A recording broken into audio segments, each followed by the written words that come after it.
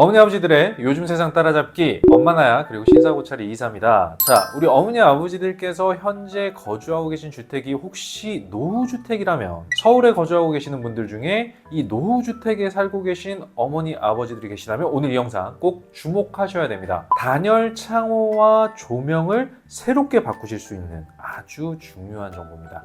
신청기간도 상당히 길고요. 예산액도 증가한 이 사업 과연 무엇일까요? 기후변화에 취약한 노후주택의 경우에 에너지 비용이 발생했을 때 부담이 많이 되실 텐데요. 이 비용을 완화하고자 하는 주택 지원 사업이 있다고 합니다. 우리 어머니 아버지들께서 거주하고 계신 주택이 단열창에 단열이 잘 되지 않는 부분도 있으실 거고 오래된 백열 등으로 에너지 소비가 많으신 곳도 있으실 거예요. 난방비 부담이 커지는 걸 방지하기 위해서 최신 창문으로 교체를 하거나 LED 조명으로 교체해서 전기요금을 줄이실 수 있는 방법이 있습니다. 자, 이 혜택을 받기 위해서 주택 지원 사업이 뭔지 어떤 게 필요한지 아셔야 되겠죠. 저희와 함께 같이 한번 살펴보도록 하시죠. 자, 넘어가기 전에 구독과 좋아요 꼭 한 번씩 눌러주시면 감사하겠습니다.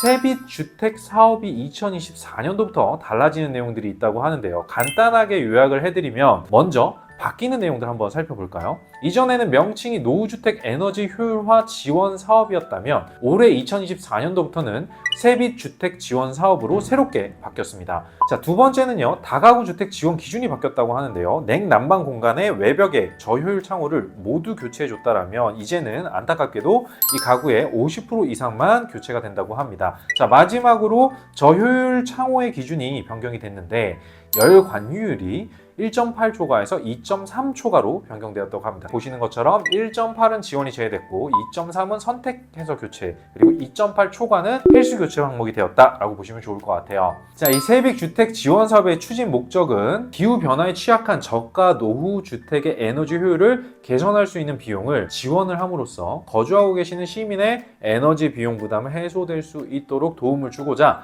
결국에는 온실가스를 감축하기 위한 목적을 지니고 있는 사업이다라고 볼 수가 있을 것 같아요. 자, 이전과 달라진 가장 큰 부분은 뭐냐? 바로 예산액이 많이 증가돼서 15억 원의 예산을 지원한다고 합니다. 자, 뒤에 좀 더 저희가 자세히 말씀드리겠지만 이 사업은요, 예산 소진 시 조기 마감될 수 있기 때문에 지원 대상에 해당하시는 우리 어머니 아버지들이 계시다면 서둘러서 신청을 해주시면 좋을 것 같습니다. 자, 그렇다면 세빛 주택 지원 사업의 사업 내용이 뭔지 자세하게 설명드리도록 할게요. 자, 사업 대상은요, 서울 소재 15년 이상 경과된 공시가격 3억 원 이하 주택이 사업 대상에 속한다고 합니다. 그리고 에너지 효율 개선 순공사비의 70% 이내 지원을 해주고 있고 최대 500만 원까지 지원을 해드리고 있다고 해요. 자, 저소득층의 경우는요, 거주주택 순공사비의 90% 이내로 지원을 하고 있고 우선 지원을 해준다고 명시되어 있습니다. 아마 제 표 아마 올라가져 있을 거예요. 자, 여기서 세빛 주택 지원 사업의 지원 대상을 유심하게 좀 살펴보셔야 되는데 건축법에 따라서 사용 승인이 된 시점부터 15년 이상 경과해야 되고요. 공시가격이 3억 원 이하인 서울 소재 주택이 신청 대상자다라고 말씀을 드렸죠. 자, 주택 소유자 또는 소유자의 위임을 받은 임차인이 신청이 가능합니다. 자, 임차인이 신청을 한다고 한다면 4년 이상 주거 보장으로 주택 임대차 보장 상생 협약서가 있어야 된다고 합니다. 자, 지원 내용을 한번 살펴볼까요? 주택 유형은 크게 두 가지로 나눌 수가 있어요. 다중 다가구가 포함인 단독주택이 있고 다세대 연립 아파트인 공동주택, 이렇게 두 가지 유형이 있습니다. 자, 지원 비율은요, 단독주택, 공동주택 둘 다 순공사비의 70% 이내, 저소득층이다라고 한다면 90% 이내입니다. 최대 금액은 단독주택의 경우는 500만 원까지 가능하고 공동주택의 경우는 300만 원까지 해당이 되고요.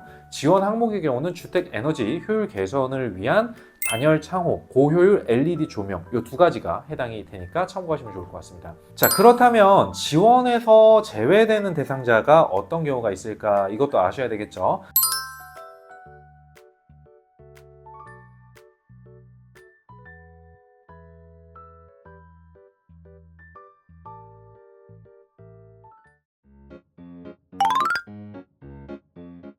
자, 앞에서 단열 창호와 그리고 고효율 LED 조명이 지원 항목에 포함된다고 제가 말씀을 드렸었는데 먼저 단열 창호의 지원 기준에 대해서 설명을 한번 드려보도록 할게요. 자, 단열 창호의 공사 범위는 주택 내 난방 공간의 외벽에 설치된 창호 중에 저효율 창호를 모두 교체하는 경우예요. 자, 다가구 주택은 50% 이상 가구의 창호를 모두 교체했을 때 지원을 해준다고 하고 있고요. 저효율 창호의 기준은 건축물의 에너지 절약 설계 기준 별표 4에 해당하는 창호를 말합니다. 자, 이 부분의 이해를 돕기 위해서 이미지 사진 한번 띄워 드릴 거예요. 요걸 잘 보시면 되는데, 에너지 소비 효율 등급 1등급에서 3등급의 이 창 세트가 지원 기준에 해당한다고 보시면 되겠습니다. 자, 한 가지 더 의무사항이 있는데, 창호의 전면에 라벨이 부착이 되어야 된다고 합니다. 자, 효율 등급, 열 관유율, 그다음에 기밀성, 프레임 재질, 유리 이렇게 표시가 되어 있어야 된다고 합니다. 자, 에너지 소비 효율 등급 표시 위반 사례는 첫 번째, 이제 표시 방식이 위반되었거나, 두 번째, 시행일이 위반되었을 때, 세 번째, 등급 오류가 났을 때, 네 번째, 라벨 모양이 변경 전에 라벨을 사용했을 때에 해당하거든요.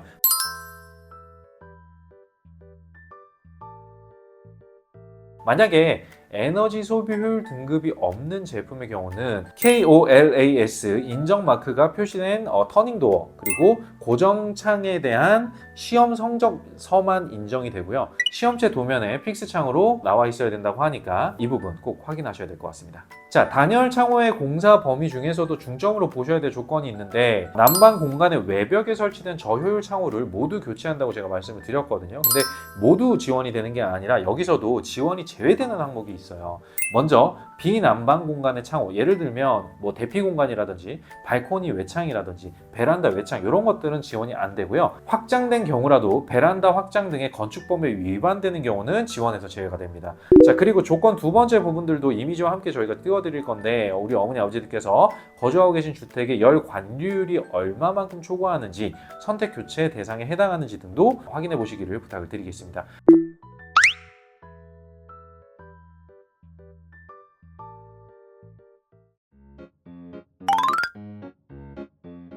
다음은 LED 조명을 지원을 해주는 사업이에요. 자, 공사 범위는요, 주택 내에 저효율 조명을 모두 교체하는 경우인데, 형광등, 백열등 모두 포함이 돼요. 자, LED 조명의 제품 기준은 고효율 에너지 기자재 인증서 획득, 그리고 LED 등기구 및 LED 램프, 에너지 소비율 등급이 1등급인 LED 램프가 지원 대상의 기준이 되겠습니다.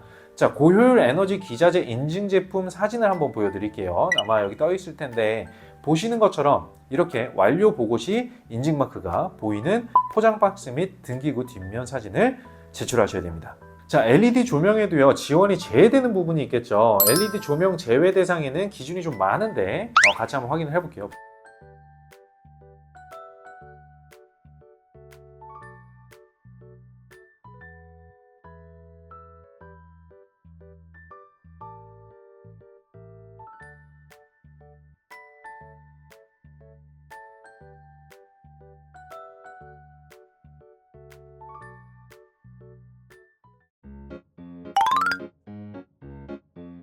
그렇다면 신청은 어디서 해야 될까요? 먼저 신청 기간은 공고 일로부터 2024년 11월 6일까지 접수를 받고 있습니다. 자, 온라인 신청의 경우는 건물 에너지 효율화 지원 시스템에서 신청 서류를 작성하셔야 됩니다. 세비주택 지원사업 로그인은 선택해 주시고요. 만약에 시공업체가 신청인의 동의를 받은 경우에는 신청인의 회원가입 없이 일괄 입력이 가능합니다. 그리고 사전에 꼭 준비하셔야 될 서류들이 있는데, 주택 공시가격 검색, 지원 조건 동의서, 그리고 공시 견적서 준비, 개인정보 제공 동의서, 1년간 에너지 사용량 발급, 그리고 현장 사진 찍기, 건축물 대장 발급, 평면도 그리기는 미리 준비돼 있어야 한다고 하니까요. 발급처를 좀 알려드리면, 주택 공시가격은 어디서 조회할 수 있냐면 한국부동산원 부동산 공시가격 알림이라는 데서 조회가 가능하고요.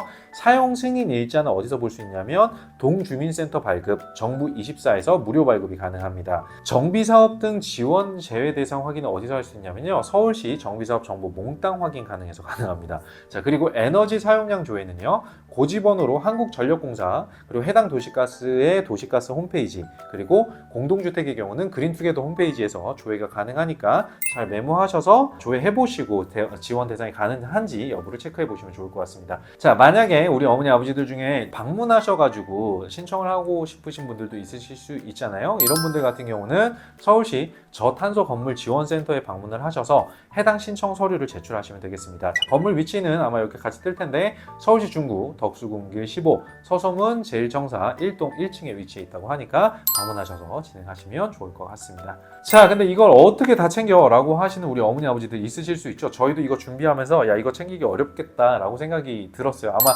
여기까지 함께 하고 계시는 구독자분이 계신지도 모르겠어요, 이 영상을. 자, 신청부터 시공 및 완료 보고까지 도와주는 시공업체가 있다고 합니다. 있어야 되겠죠, 이 정도면. 자, 희망하시는 분들께서는 서울시 집수리.com에 공개된 시공업체에 연락을 하시면요, 지원사업 신청부터 고효율 기자재 추천까지 도움을 받으실 수 있다고 하니까요, 내가 너무 어렵다 라고 하시면 여기에 연락을 하셔서 도움을 받으시는 걸 전 추천해 드리고 싶어요. 너무 어렵죠.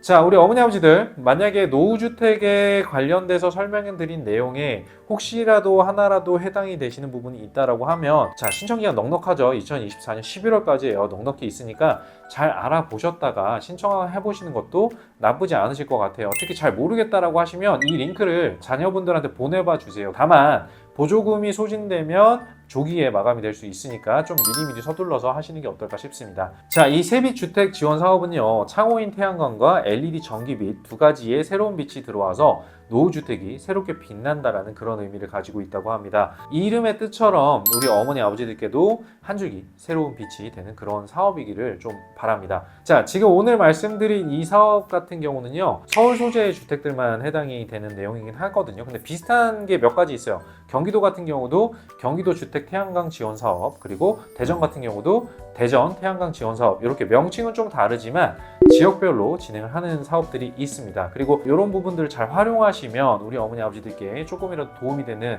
그런 정보가 되지 않을까라는 생각이 듭니다.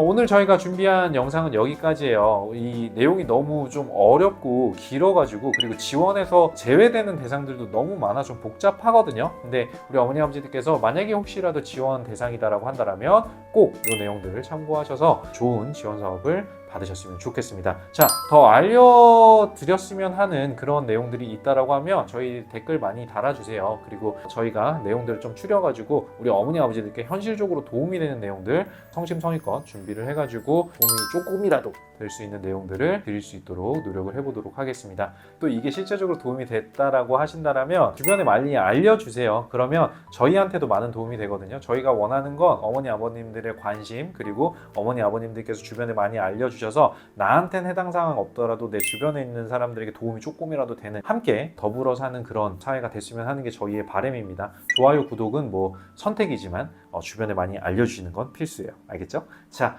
지금까지 엄마나야 그리고 심사고찰의 이이사입니다. 항상 감사드리고 건강 주시하셨으면 좋겠습니다. 여기까지 끝. 다음에 뵐게요. 고맙습니다.